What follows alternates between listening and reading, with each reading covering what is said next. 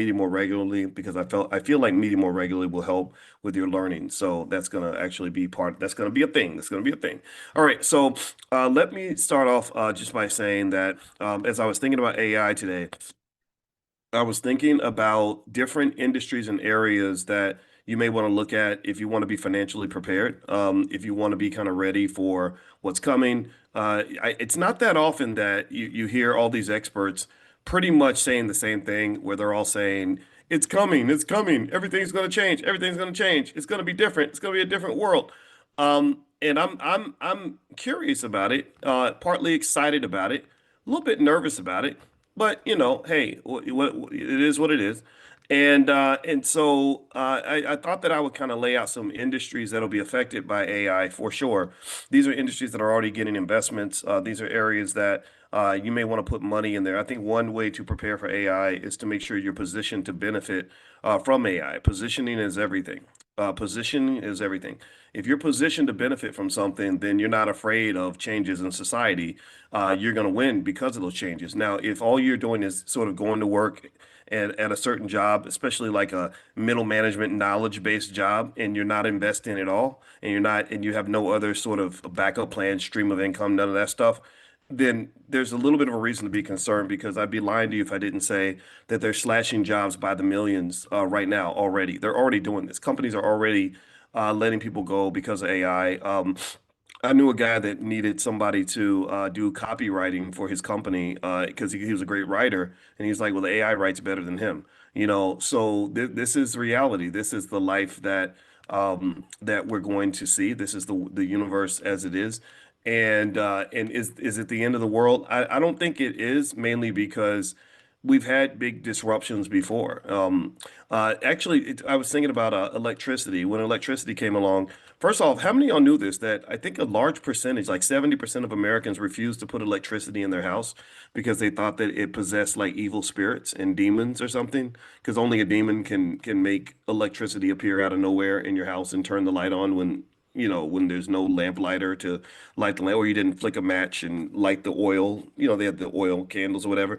And then also, when electricity came along, you had this whole industry of people called lamp lighters, and lamp lighters would go through the neighborhood and light all the lamps in the city. And they probably had like a big lamplighters union, and the National Lamplighters Association or something, and lamplighter light, just I don't know, like a whole, like all the lamplighters would get together after work and go have a beer, and then suddenly all that just disappeared. Electricity pretty much meant that you didn't need lamplighters anymore, so there were lots of jobs lost there. But typically, when one type of job goes away, another job is created. Also, what AI is really doing for the most part, for sure, is it's enhancing productivity. That's really the big one. That's the big win for society.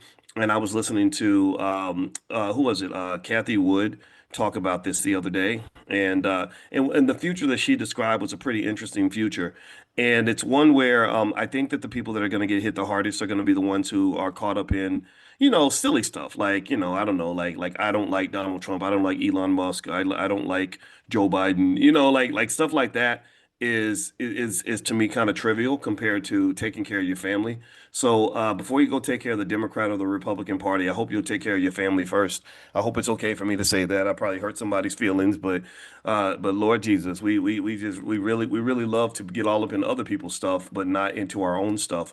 So let's get into your stuff. Let me tell you guys, I'm literally going to lay out some game for you in terms of some areas you might invest. I'll name some specific stocks that I like, that I think could be beneficiaries of the coming AI revolution.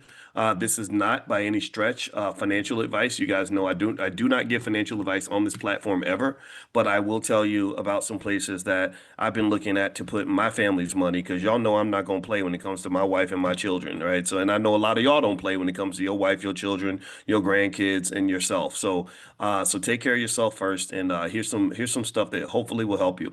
One big industry that AI is going to impact, basically has to do with like semiconductors. So semiconductors basically are what they might call the digital version of the picks and shovels in what is referred to as the AI gold rush. The AI gold rush is this massive multi-trillion dollar rush by, like all these companies around the world to participate in this emerging industry that is presenting tremendous amounts of opportunity.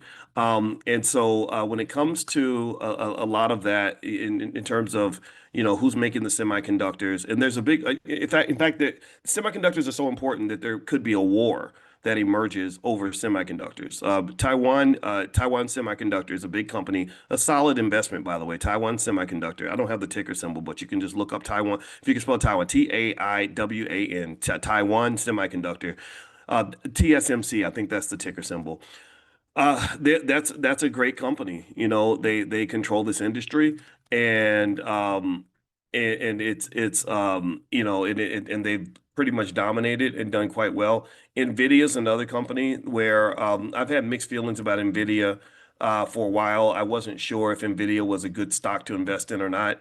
Largely because the stock ran up so much, and I always get nervous when stocks run up like that. It just makes me. I like to stay away from the stuff everybody else wants. And that comes from my background as a finance professor. When I worked on my doctorate, every research study that I saw pretty much said that investors like to move in flocks like sheep.